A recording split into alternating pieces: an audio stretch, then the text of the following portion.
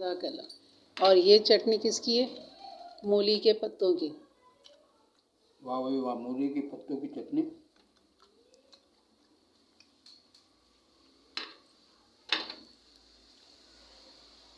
ये आप सबके लिए।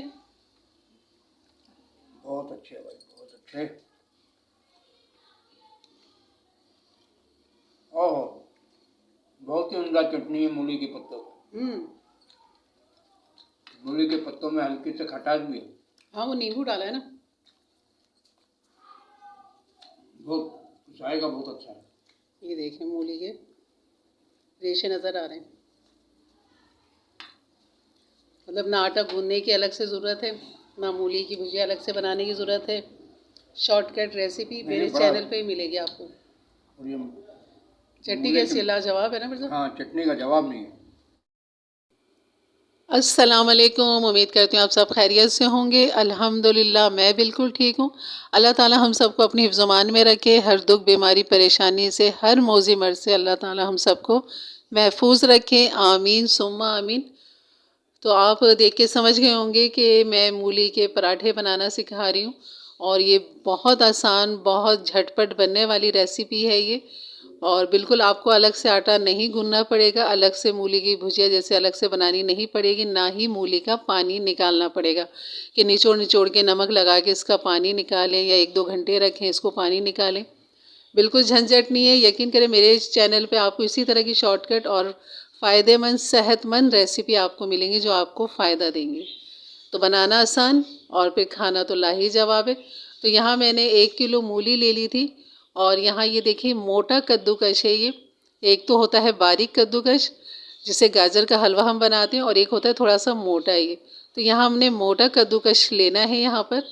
और जिसको इस तरह सारा जो है हमने कद्दूकश कर देना है। मूली को मैंने छील के धो लिया था, उसके बाद फिर इसके टुकड़े करके, मोटी मूली थी बड़ी, तो ये तकरीबन एक छोटी थी इसके साथ आ गई थी 1 किलो के अंदर।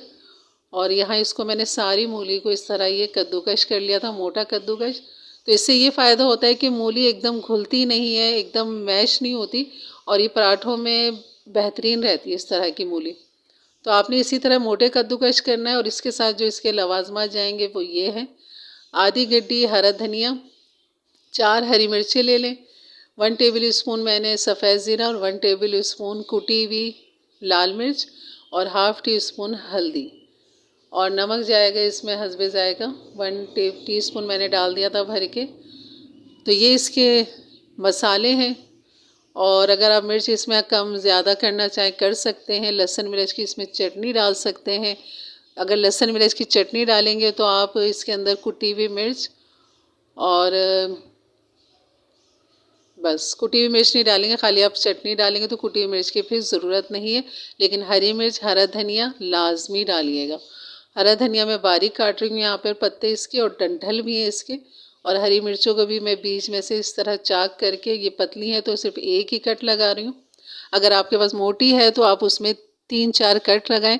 उसके बाद आप हरी मिर्च को काटें, बीज समेत आपने डालना है।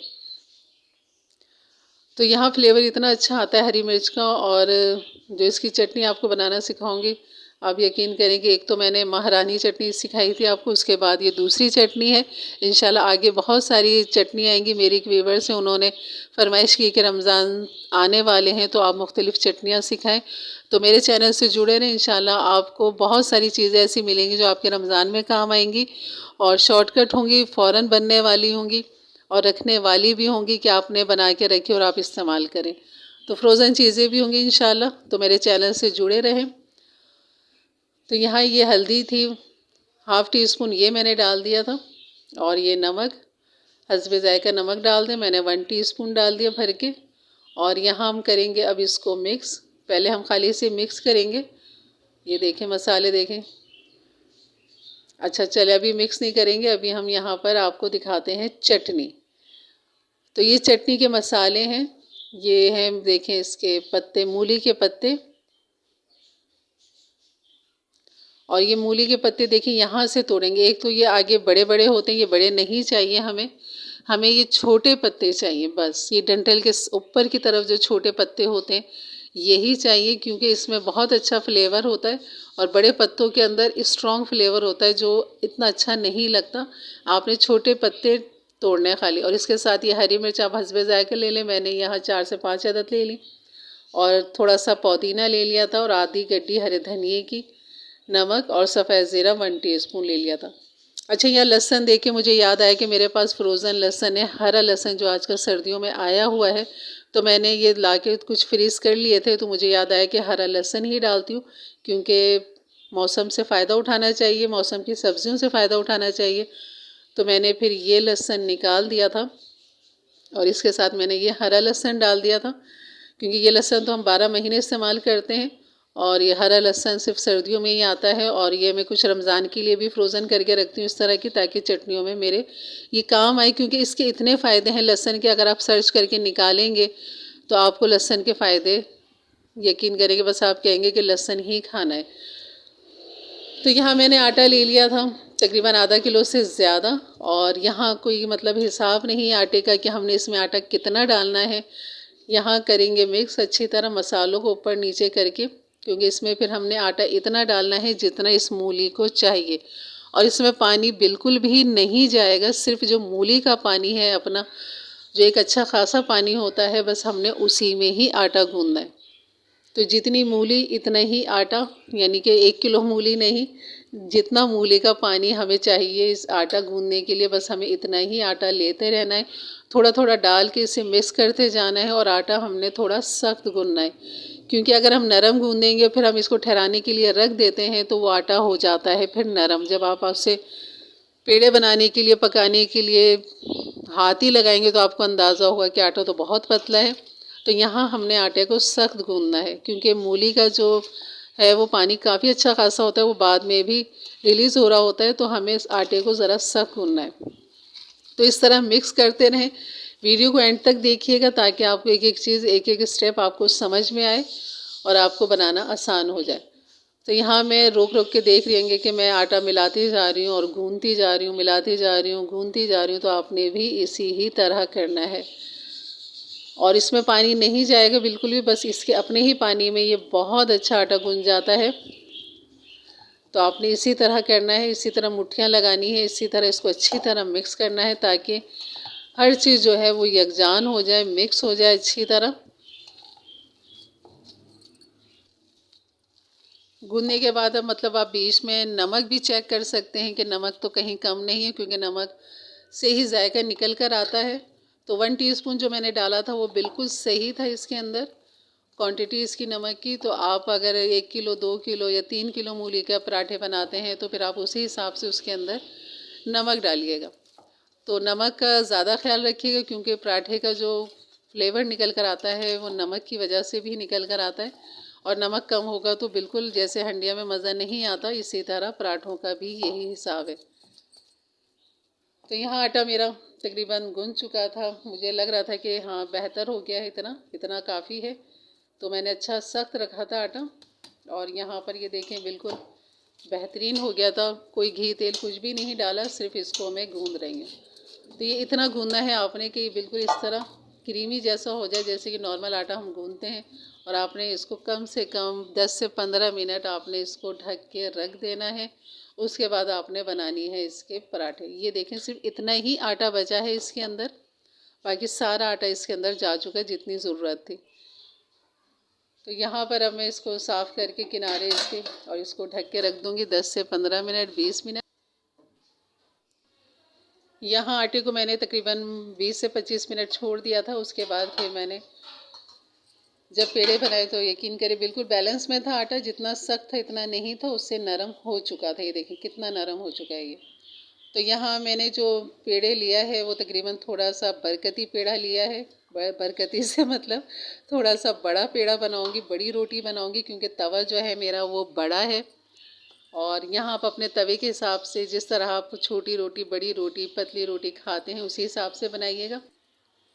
तो ये माशाल्लाह 1 किलो के अंदर मेरे जो पेड़े बन चुके थे, वो मतलब पराठे बनाए थे मैंने, 4 पराठे बनाए थे। और सुबह 2 पराठे मैंने मिर्ज़ा को टिफ़िन में बना के दिए थे। तकरीबन 6 पराठे मेरे इस तरह के बन गए थे। अगर आप छोटा पेड़ा लेंगे, छोटी रोटी बनाएंगे तो फिर अच्छे खासे बन जाएंगे, 7 से 8 बन जाएंगे। और यहाँ मैंने खुश्की जो है वो अच्छी खासी इसमें लगेगी, क्योंकि बेलते वक्त भी चिपकने का ख़तरा होता है, ताकि चिपके नहीं और आराम से बेल जाए। तो आपने खुश्की का ज़्यादा ख्याल रखना है इसके अंदर, क्योंकि मूली जो है वो मुस्तकिल पानी उसका रिलीज़ होता है।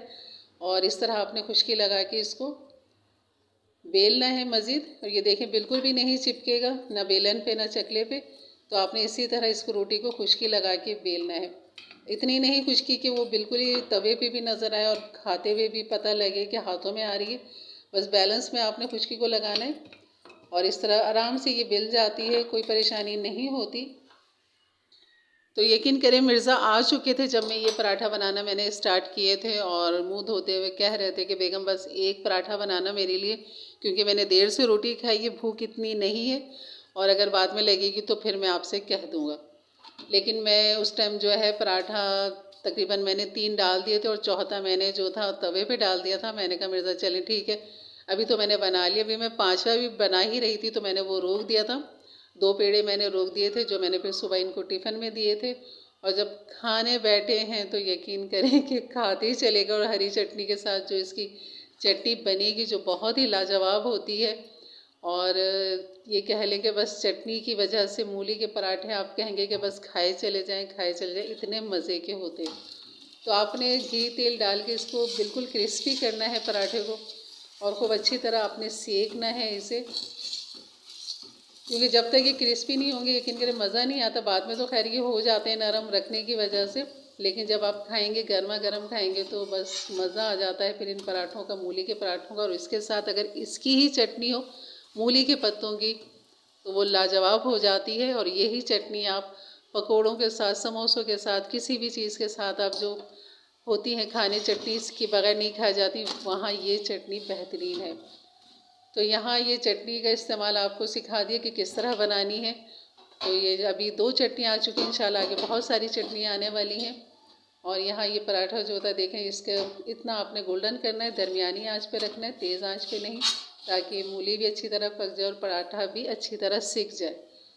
तो यहाँ इस तरह मैंने ये पराठे सब तैयार कर लिए थे। और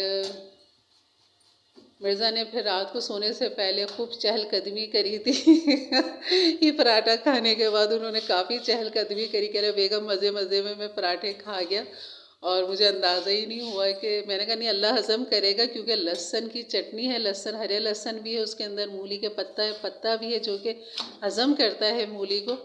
अल्लाह ने ये खासियत रखी है पत्ते में, मूली को हज़म करने के लिए मूली के पत्ते काम आते हैं। तो यहाँ ये पराठा देखें इस तरह बस तैयार हो रहे थे और बन रहे थे। और रात को बस यही मज़ा आ गया था कि मिर्ज़ा चहलकदमी कर रहे थे। मैंने कहा पहली दफ़ा ऐसा हुआ है कि मिर्ज़ा मज़े मज़े में खा गए। इसीलिए मैंने हमेशा जो है ना सुबह के टाइम बनाए पराठे, सुबह नाश्ते में बनाते हैं तो यकीन करें इतने लजीज लगते हैं नाश्ते के अंदर ये सुबह। और सर्दियों की सुबह हो और उसमें मूली के पराठे हों तो क्या ही बात है। या आलू के पराठे आप सुबह नाश्ते में खाएं, यकीन करें बहुत मज़ा आता है, क्योंकि सारी जितनी हेल्दी चीज़ें ना वो सुबह के नाश्ते में अच्छी लगती हैं। रात का ये होता है कि खा पी के इंसान सो जाता है, बैठ जाता है, आराम करता है, इतना वर्क नहीं होता। तो ऐसी चीज़ें सुबह ज़्यादा फ़ायदेमंद होती हैं। लेकिन बस इस टाइम मैंने बना लिया था कि चलें सुबह फिर यही काम आ जाएगा, तो आपको सिखाना था, बताना था। और मैंने इसकी वजूहत भी बता दी सारी कि कब कहाँ किस तरह खाना चाहिए। तो जैसा आपको सहूलत लगे इस तरह आप खा लें, और सुबह खाएं या रात को खाएं या दोपहर में खाएं, हर तरह से खा सकते हैं, क्योंकि हमें इनके फ़ायदे लेने हैं जो मेरे अल्लाह ने हमें इन सब्जियों के अंदर दिए हैं, और इनके जायके दिए हैं जो सर्दियों में ही मज़ा आता है इनके खाने का। तो यहाँ जो था बस पराठे बन रहे थे, तैयार हो रहे थे, और इसकी जो खुशबू महक रही थी किचन के अंदर कि घर में घुसते ही मिर्ज़ा ने कहा था कि लगता है आज फिर कुछ पराठे की नई चीज़ बनी है। तो ये नई चीज़ बस यही होती है, सर्दियों में ही बनती है ये मूली के पराठे, गर्मियों में तो दिल नहीं करता। तो यहाँ ये पराठे हो चुके थे तैयार। अब चले बनाना शुरू करते हैं हरे मूली के पत्तों की चटनी। तो यहाँ आधी गड्डी हरे धनिए की ले ली थी मैंने, और यहाँ है तकरीबन 5 हरी मिर्च। अच्छा, मिर्च इसके अंदर कम ही रखते हैं क्योंकि इसका फ्लेवर इतना अच्छा होता है चटनी का, इसमें मिर्च आपने कम ही रखनी है। तो ये मिर्चें जो लंबी वाली जो होती है ना, ये इतनी मतलब कि तेज़ नहीं होती, छोटी हरी मिर्च और पतली हरी मिर्च वो बहुत तेज़ होती है और लंबी वाली बिल्कुल तेज़ नहीं होती। तो यहाँ हरा लहसुन मैंने डाल दिया था, वो लहसुन हटा दिया था। इस पे मैंने नाम नहीं लिखा था, वो इसलिए क्योंकि ये लहसुन जो सफ़ेद सफ़ेद है ये नज़र आता है तो पता लग जाता है कि ये हरा लहसुन की थैली रखी हुई है फ्रिज में, तो इसलिए मैंने इस पे नाम नहीं लिखा था। तो यहाँ आप डाल देंगे नमक और सफ़ेद ज़ीरा,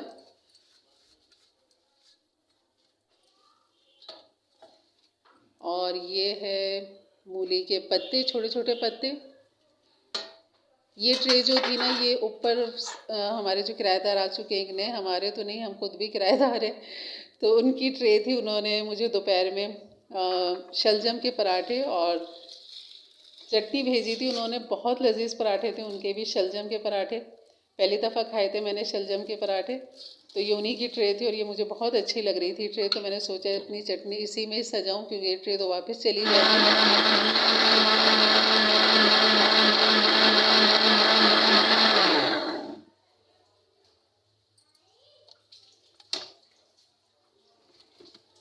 तो इस चटनी की खटास के लिए इसके अंदर मैंने जो डाला था वो नींबू का रस डाला था, तकरीबन 2 टेबल स्पून के बराबर। ये मेरे पास फ्रोज़न रहता है जिसको मैंने डीप फ्रोज़ करके तो मैंने नींबू डाल दिया था, बाकी फिर मैंने फ्रीज़र में रख दिया।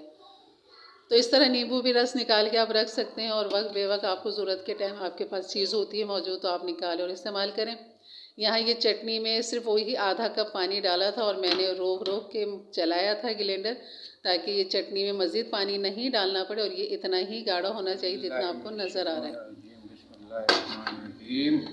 ये रखें, वाह भाई वाह, खुशबू आ रही है। देखो भाई मूली के पराठे, ये हैं देसी घी में बने हुए मूली के पराठे। हाँ वाकई मैंने देसी घी में बनाए मज़ा। आपकी 2-3 रोटी मैंने देसी घी में बनाई। वाह भाई, ये थोड़ी सी दही थी तो मैंने इसमें हरी चटनी डाल दी।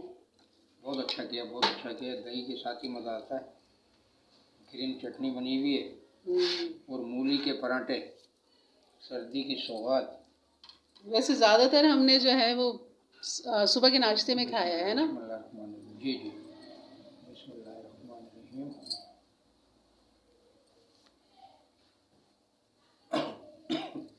वाह भाई वाह, मज़ा आ गया, बहुत उम्दा। जज़ाकल्लाह। और ये चटनी किसकी है? मूली के पत्तों की। वाह भाई वाह, मूली के पत्तों की चटनी।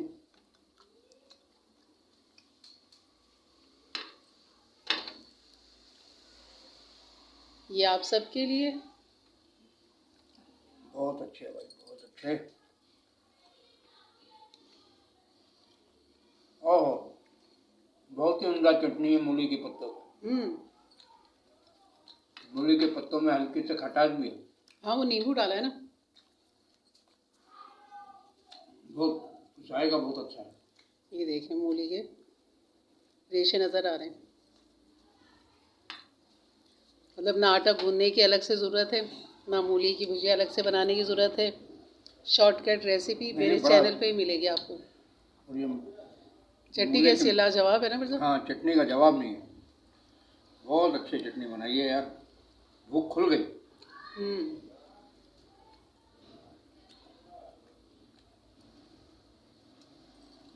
मूली के पत्ते भी ज़ाया नहीं हुए, उसकी चटनी इतनी बेहतरीन बन जाती है।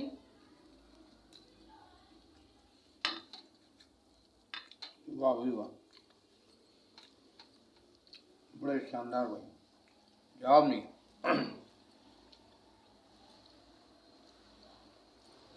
चटनी का तो जवाब नहीं है वाकई में।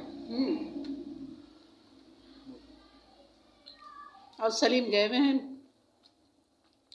मैंने उनको बुला ली थी, काफ़ी दूर गए हुए हैं दोनों मियाँ बीवी। हाँ यार, हमारे साथी। हाँ आज अपनी बेटी के घर पे गए हुए, तो इंशाल्लाह उनको ज़रूर खिलाऊंगी मैं।